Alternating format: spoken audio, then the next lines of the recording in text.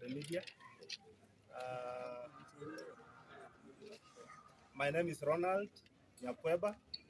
I'm the CC for Medical Services, Public Health and Sanitation, Kisii County Government. We just call you here to inform you as follows, that first, I must congratulate our health workers across the 161 facilities in Kisii County for remaining calm and continuing discharging their duties as normal, despite the strike notice that was issued by their union officials. As you can see, members of the press, joined here with our health workers. We have clinicians here, we have doctors present, we have nurses, lab techs across the board. This is a confirmation that services at our facilities continue being discharged as usual. I know you have seen a few people moving around the streets of town. I want to confirm to you that these are a few disgruntled elements. Some of them are students from Kisii University who are doing medicine. Others are people that they are brought from other counties just to disrupt services. But we are happy that nothing has been disrupted. You can see members of the public are here. They are actually very happy and enjoying the services that are being offered by health workers. You are aware that we have been having some conversations, consultative forums with the representatives of health workers. That is all the unions. We have 5 unions in Kisii County. We have had very fruitful meetings, very productive, that culminated into the final consultative forum that was presided over by His Excellency the Governor of Kisii County, Honorable Paul Simbarati. On Friday at ATC, you were present. That conversation, our consultative meetings, led to signing of a memorandum of understanding, which spelled very clearly the roadmap on addressing issues that were raised by our health workers.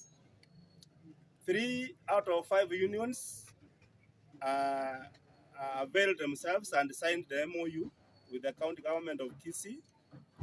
2 who were invited but decided to stay away and gave famous reasons why they could not attend, did not sign the MOU. However, with confidence, their members are on duty.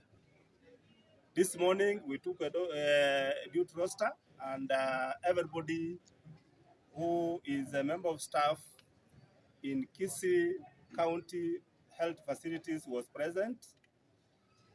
Our SMOs across the 21 facilities that are level 4s have confirmed that everybody is on duty, clinic officers, doctors, pharmacists, everybody is present. And therefore, so far so good. Our Kisii County residents, I want to assure you that everything is normal in government and in our health facilities. Please don't shy away from bringing your patients to come and get their services from our health workers. Everything is good. Guys, the roadmap that we gave our health workers is very clear. We gave it with very clear timelines on the issues that they raised, and those issues, as agreed, will be addressed by the county government. That commitment was given by His Excellency himself. They will be addressed, and therefore, I want to urge our health workers to remain calm and be assured that their grievances will be handled very expeditiously by all arms of government in Kisii County. And therefore, those officers who have come from Migori, from Kisumu, from wherever they have come from, to disrupt the peace. You can see there are about 50 guys who are demonstrating in the streets. Some of them are just being selfish because the officials who we met with throughout the week and made a commitment to allow the government to address their grievances have already again gone to the streets. We urge them, they are exercising their democratic right, which you have no problem with.